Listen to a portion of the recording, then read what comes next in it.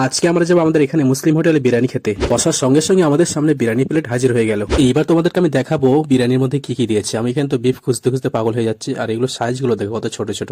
আমার পাশে আমার ভাইপো বসেছিল, ভাইপো আমাকে পেঁয়াজ দেখাচ্ছে। আমি বললাম তোমার প্লেটে কয় পিস গোস্ত পড়েছে দেখাও তো। এখন খুঁজতে খুঁজতে হয়রান, দেখলাম 3 থেকে 4 পিস পড়েছিল, কিন্তু এই গোস্তের সাইজটা অনেকটাই ছোট।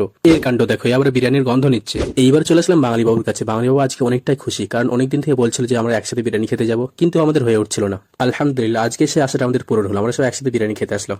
এইবার আমি খাওয়া স্টার্ট করি। প্রথমে একটু গোস্ত ছেড়ে নিলাম, তারপরে একটু করে পেঁয়াজ নিলাম, পেঁয়াজ নেওয়ার পরে একটু আলু ছেড়ে নিলাম। এরপরে মশলাগুলো ভালোভাবে মাখিয়ে নিলাম, মাখিয়ে নেওয়ার পর মেশিনে ঢুকিয়ে দিলাম। মেশিনে দেওয়ার পরে যা বুঝলাম অতটা ভালো হয়নি। খাওয়া দাওয়া শেষ করে ভাবলাম আমি একা খেলে তো হবে না, বাড়ির জন্য কিছু নিয়ে যেতে হবে। তাই বাড়ির জন্য একটা প্যাকেট করতে বললাম। আর প্যাকেটের মধ্যে কেমন দিচ্ছে দেখতে পাচ্ছ, মোটামুটি গোশগুলো একটু সাইজের আছে। এখানে আমি এই দোকানের বিরিয়ানি অনেক প্রশংসা শুনেছি, তার জন্য এখানে খেতে এসেছিলাম। আসার পরে যা বুঝলাম অতটাও কিন্তু খাস না, অতটা ভালো হয়নি। অনেকটাই বদনাম করে ফেললাম। ভিডিওটা ভালো লাগলে অবশ্যই লাইক, কমেন্ট এন্ড সাবস্ক্রাইব করতে ভুলো না।